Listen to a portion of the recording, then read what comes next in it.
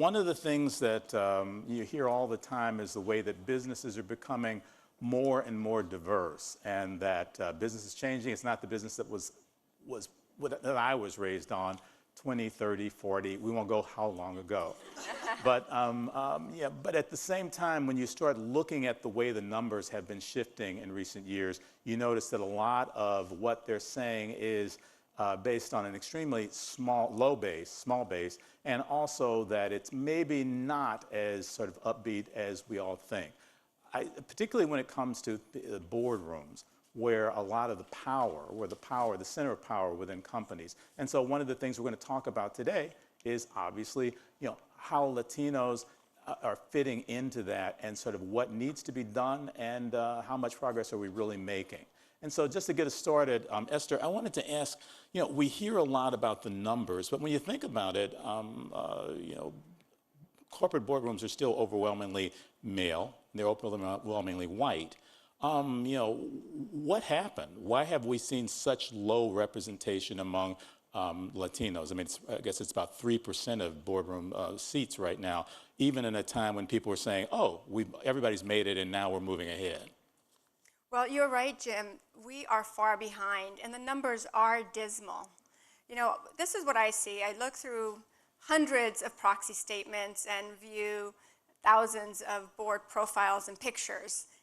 It's a sea of white. And here are the facts. Still, 85% of Russell 3000 company board seats are held by whites. Latinos are a mere 2.3% of the Russell 3000. Yet at the same time, this is 20% of the population, and there is ample talent. So we have quite a ways to go. Now, when corporate boards meet, I mean, we sort of think of these sort of hallowed halls or country clubs or wherever that things like that happen. So, Luis, I wanted to ask, because you're a veteran director. I mean, you've an director at AT&T, you're a lead director at Electronic Arts. You are the guy here who has been in those discussions about, what can we do, or what should we do, or maybe we don't want to do anything about being more diverse, and particularly about having more Hispanic representation at a time when Hispanics are 18% of the U.S. population and the fastest growing part of the population. It sort of seems weird that wouldn't be discussed. Is it discussed? So you have to understand that the absence of Latinos and Latinas in boardrooms and C-suites is so profound that many boardrooms and C-suites, I don't think, fully understand the strategic failing that represents. They literally don't understand.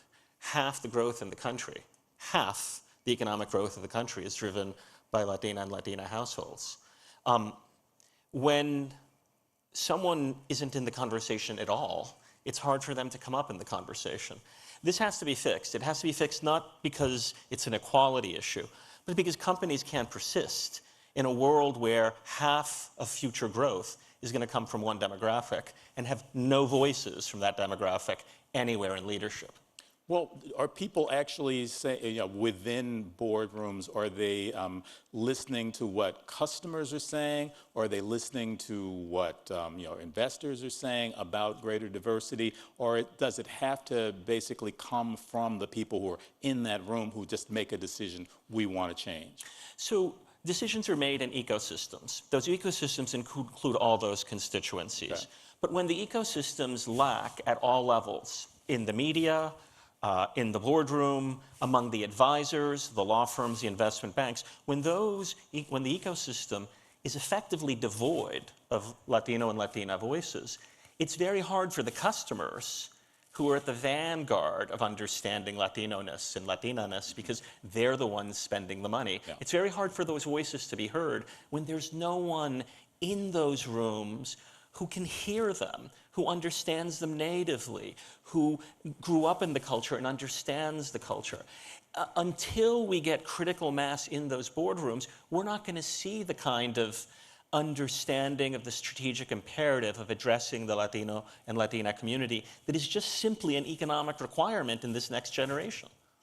One voice that has been helping are the institutional investors and pension funds who are the shareholders. It wasn't until they started speaking up about the business value that this conversation is even happening.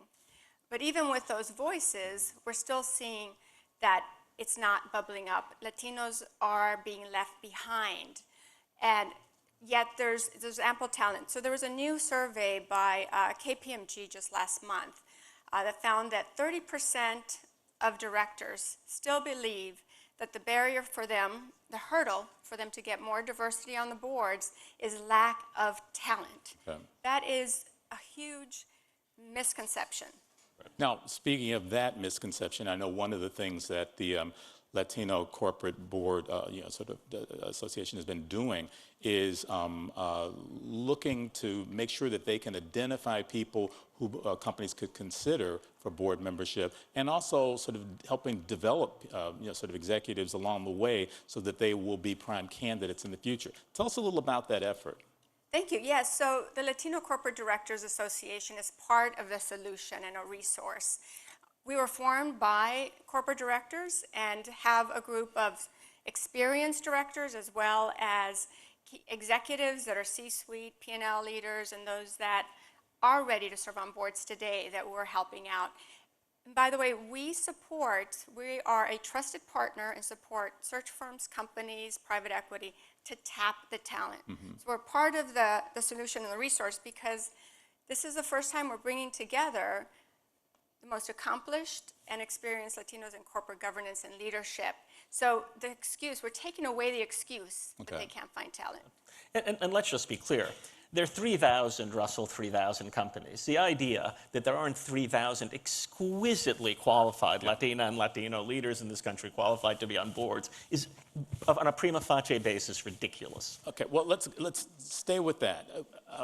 Luis, do you find that sometimes, since boards have traditionally been chosen by the nominating committees there, often with the heavy finger placed by the CEO, or sometimes if there's a very large investor or things like that, is there pushback when people from outside are saying your board should be more representative of the public that it serves, and also recognize that diverse talent sort of brings diverse ideas, which hopefully will bring better solutions on the long part? Do people suddenly say, that's not your place to tell us how to operate in this room?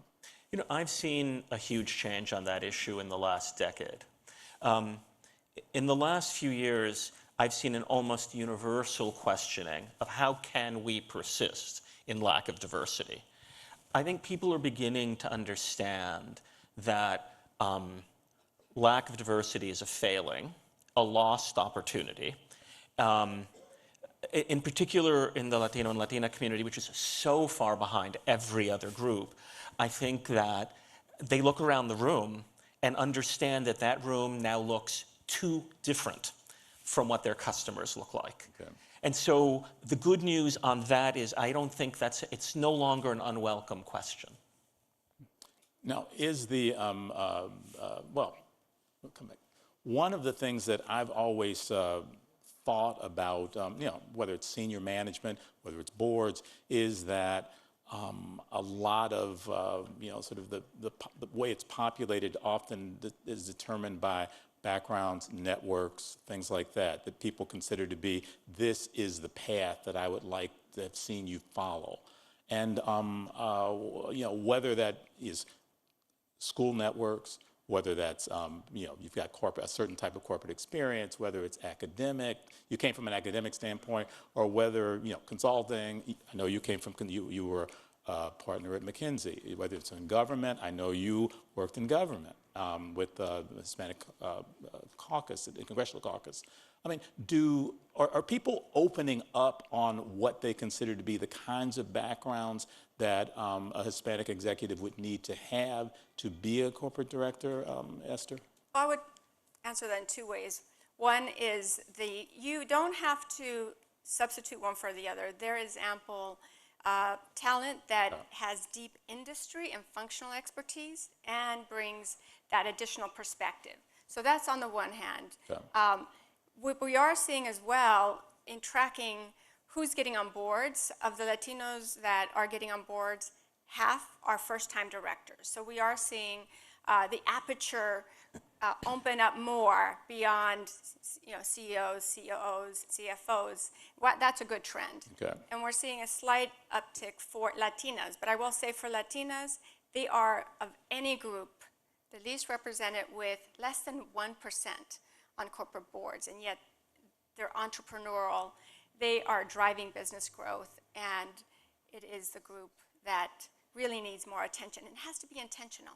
Okay, I want to stay on that point, though. Luis, the notion of what are the qualities that people are most interested in, obviously it varies from company to company, but is it the sort of functional experience within within the company's own industry, or are people looking for broader thinking in the boards you've been on?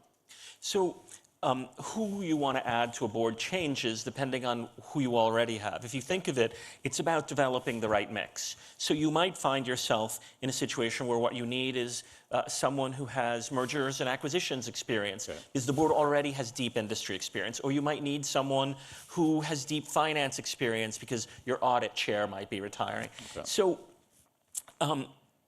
but to mirror what Esther said, we now have such a deep reservoir of Latino and Latina talent scattered all over the country.